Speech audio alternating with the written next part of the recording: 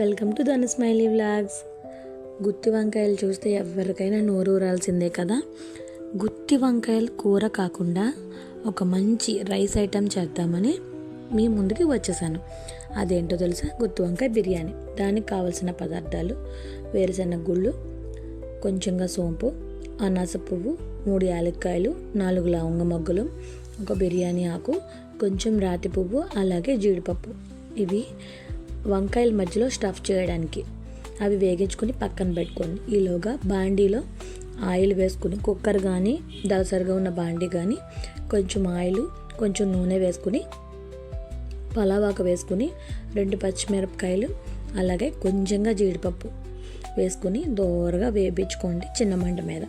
ఇవి వేగాక ఈలోగా మనం ముందుగా వేగించుకున్న మసాలా సరుకులు, అల్లం వెల్లుల్లి వేసుకుని పౌడర్ చేసుకుందాం. అవన్నీ వేగేలోగా కొంచెం ఆనియన్స్ కూడా కట్ చేసుకుని బాండీలో వేసుకుని దోరగా వేపించుకోండి.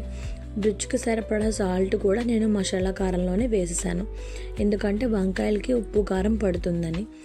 చాలా అంటే చాలా టేస్టీగా ఉంటుంది. ఒక్కసారి మీరు మస్ట్ అండ్ షుడ్గా ట్రై చేయండి. వన్ పార్ట్ బిర్యానీ కాబట్టి మీకు అంత పెద్ద ప్రొద్దుటే ప్రాసెస్ ఉండదు.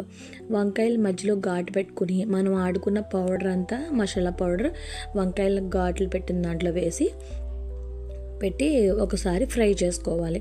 ఆల్రెడీ జీడిపప్పు అది మనం వేగించుకుంటున్నాం కదా, దాంట్లోనే వేసుకొని వేగించుకోవాలి. ఇలా సన్నగా సిమ్లో వేగించుకున్న తర్వాత ముందుగా మసాలా ఆడుకున్న దాంట్లోనే ఆ జార్లో కొంచెంగా టమాటాలు వేసి, మన పులుపుదనానికి ఇష్టమైన ఫ్లేవర్ కాబట్టి, ఒక ట్యాంగీ ఫ్లేవర్ ఇష్టపడే వాళ్ళు మాత్రమే టమాటాలు వేసుకోండి, లేదంటే స్కిప్ చేయొచ్చు. నేనైతే ఒక టమాటా వేసాను. అది కూడా గ్రేవీ కూడా దీంట్లో వేసి దోరగా వేగించి రైస్ వేసి ఒక 2 విజిల్స్ రానివ్వండి. గుమగుమలాడే అద్భుతమైన వంకాయ బిర్యానీ రెడీ.